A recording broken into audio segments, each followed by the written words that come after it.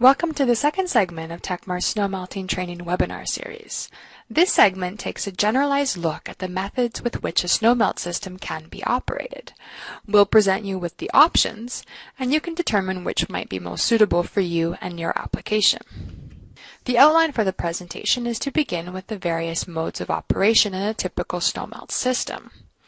Then we'll look at different ways we can start and stop a snowmelt system, followed by the advantages of having a fully automatic system. And the last thing we'll take a look at is the idling operation. So the three modes in most snowmelt applications are melting, idling, and off. Now obviously when we're melting, our slab is at a sufficient temperature that it is able to melt any snow that does accumulate on the slab. Idling would be a lower temperature so that the slab is ready to jump to a melting state should snow fall. And off would be we're not delivering any heat to that slab at all. Idling is generally a permanent state. So it's not something that we would start and stop on a semi-regular basis. It is something that would be in effect throughout the snowmelt season. Now one question is, how do we move between these states? So how do we go from idling to melting to off, or from off directly to melting? We'll look at those ways that we can enable and disable the snowmelt system. There are several ways to move between snowmelting states. We can do a temperature-based start, followed by a temperature-based stop. We can operate a system manually, so we start it manually and we stop it manually.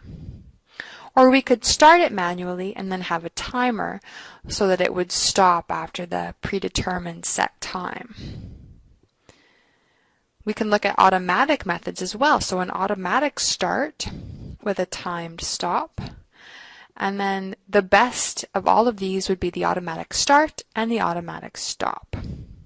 For a manual start and stop, it could look something like this, like you have a light switch in the garage maybe, and when you want to operate the snowmelt system, you flick the lever into the on position, and when you want it to stop, you would flick it back down to the off position. The advantages of this are that the user will control the melting cycle. So you know exactly how much melting you're doing because you're the person that's operating it. Another advantage is it's very inexpensive to install. However, the disadvantages can be extensive. You have to be on site to operate this. So if you're at work, you will have no way to enable your snowmelt system. Likewise, if you're asleep when it starts snowing, there is no one that's awake to flip the switch.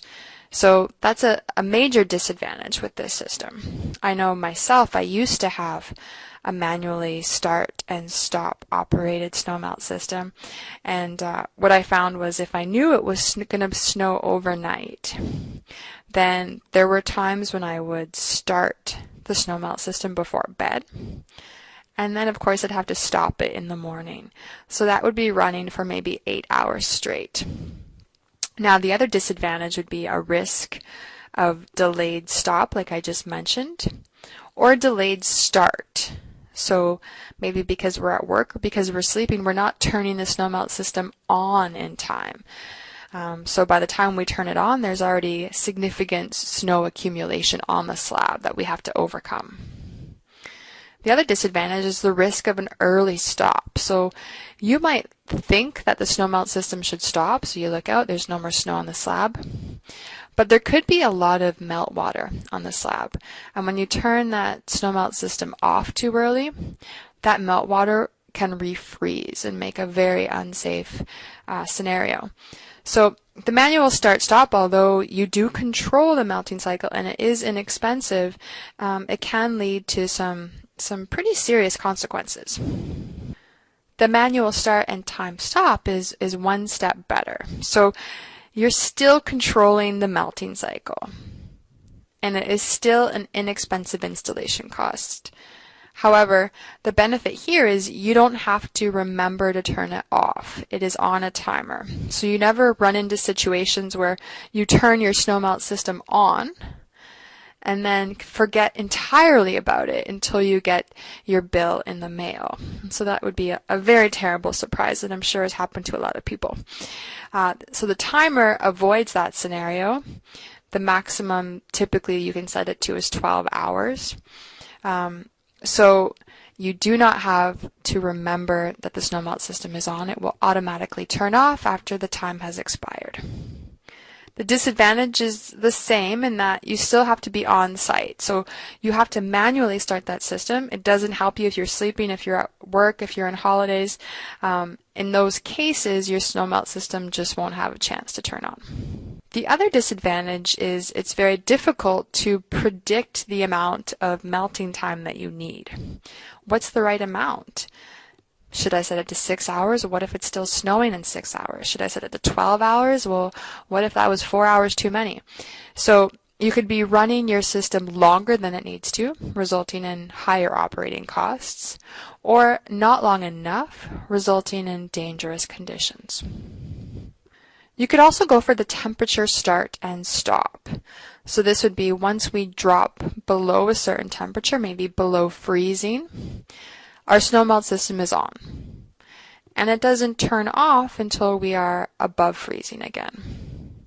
So the advantage of having a system like this is there is no snow accumulation. Our slab is always warm, it's always ready to melt. The disadvantage is that this method uses a lot of energy. So it's on for the entire snowmelt season, and typically it only snows for 10% of the days where we're below freezing. So for the other 90% of the time, we are just wasting energy. And of course, this means that we're operating with a dry slab. So our snowmelt system is running even when there is no moisture on the slab. So this would be a very expensive alternative. However, in some cases, you might want to operate this way if you care more about safety than the operating cost. We have an option to do an automatic start and a time stop. So this would be some kind of detector like the one shown in the image where snow is detected and automatically our system is started, so a melt cycle is initiated. However, we're looking at a timed stop, so it's not an automatic stop, we have a timed stop. Now there are definite advantages to this. It is an automatic start, so even if you are asleep or at work, your snowmelt system can work when needed. Of course, the disadvantage to the time stop is what we talked about before, in that it is difficult to predict most efficient length of melt cycle. Our other option would be for automatic start and stop. So in this case, we would have a sensor that would detect moisture to initiate a melt cycle, and it would also detect when the sensor is dry, and in that case we would automatically stop the melt cycle. So there's no predicting in this scenario. The sensor has the intelligence to operate the system when we need to have it operated. Because we have two different automatic start methods, we have the automatic start with the timed stop, and we have our automatic start and automatic stop. Because of these options, we introduce the question of how do we decide which one to choose. So we're going to look at when you would choose the automatic start with the timed stop. And the obvious application would be like the one that we've shown here in the image, is where an installation has begun and we've poured the concrete before installing the socket. Many of you might be surprised of how often this does happen. In situations like that, where our only alternative would be to core the cement to try to achieve that sensor installation after the fact, which is a very expensive venture. Having an automatic start and time stop would be another alternative to still gaining some automatic operation at least, but it gives us an alternative in situations where we do make that mistake.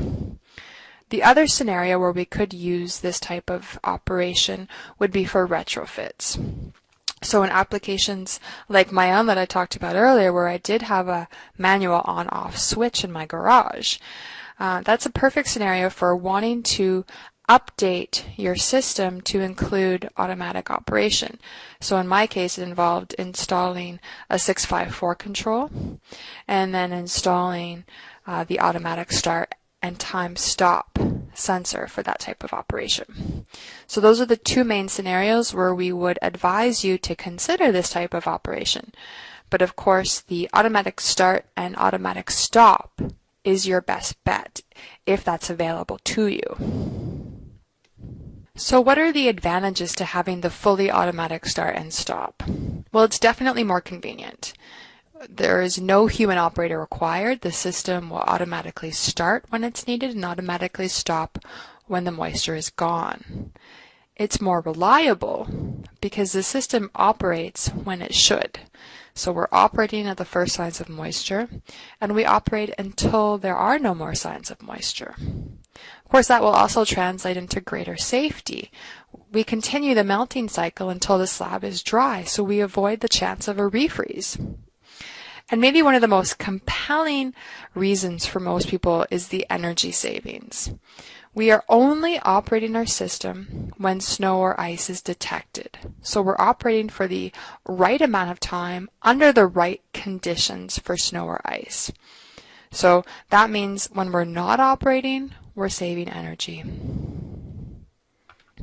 We mentioned idling earlier as one of the snow melting states. And what we're going to do with idling is preheat the slab, and we'll keep that slab below freezing, but high enough so that when snow is detected, we can quickly respond and bring that slab up to the appropriate temperature. Now, we would do that in areas where safety is prioritized. So hospitals, vehicle ramps, helipads like we've shown here, where we want to melt snow quickly and avoid snow accumulation. Now, the degree of idling will depend on what we call the snow-free area ratio, and we'll look at that on the next slide. There are three levels of the snow-free area ratio. We have AR0, AR.5, and AR1. And for those of you familiar with the former class system, this is what has replaced the level 1, 2, and 3, or class 1, 2, 3. So AR equals 0 would be the entire surface may be covered in snow during melting. Okay, so even though melting is occurring under the blanket of snow, the entire surface may be covered during that process, and the snow will gradually melt after the snowfall ends. So applications for this would be residential type applications, and in this case we are not doing any idling because idling is expensive. And for residential applications, most people want to keep costs as low as possible and are not interested in idling the system to make sure there is zero snow accumulation. It is not a priority, it is not essential. So in this case, idling would be turned off. If we have an AR of 0.5, what that means is that 50% of the surface area can be covered with snow during the snowfall event. And the remaining snow will of course gradually melt after the snowfall ends. Now this would be recommended for commercial applications such as docks, ramps, entrances, and driveways. Could be used in residential applications if it's very important to the user that snow melt quickly. In this case, we would idle the system, but it would be at a lower temperature, so maybe mid-20s. The next level, the highest level, would be an AR of 1. And what that means is absolutely no snow accumulation is allowed. So this would be recommended for hospital emergency entrances, helipads, or high priority aprons, loading areas, runways, etc., where it is critical that there is no snow or ice accumulation. And in this case, we're melting all of the snow at maximum snowfall amounts as the snow falls. So we'd be idling at higher temperatures, probably right around freezing, perhaps 28 to 30 degrees. So to take a look at a comparison here for the snow-free area ratio. On the left-hand side, we're showing a residence, and we can see there is snow accumulation on the slab. The snow is falling and is not melting immediately. That would represent your typical AR of 0. If we look to the right, we can see a hospital entranceway. And in this case, there is no snow. This is a critical safety area, so the AR would be 1. In summary, this presentation went over the different modes of operation for a snowmelt system. So we looked at the various start and stop methods.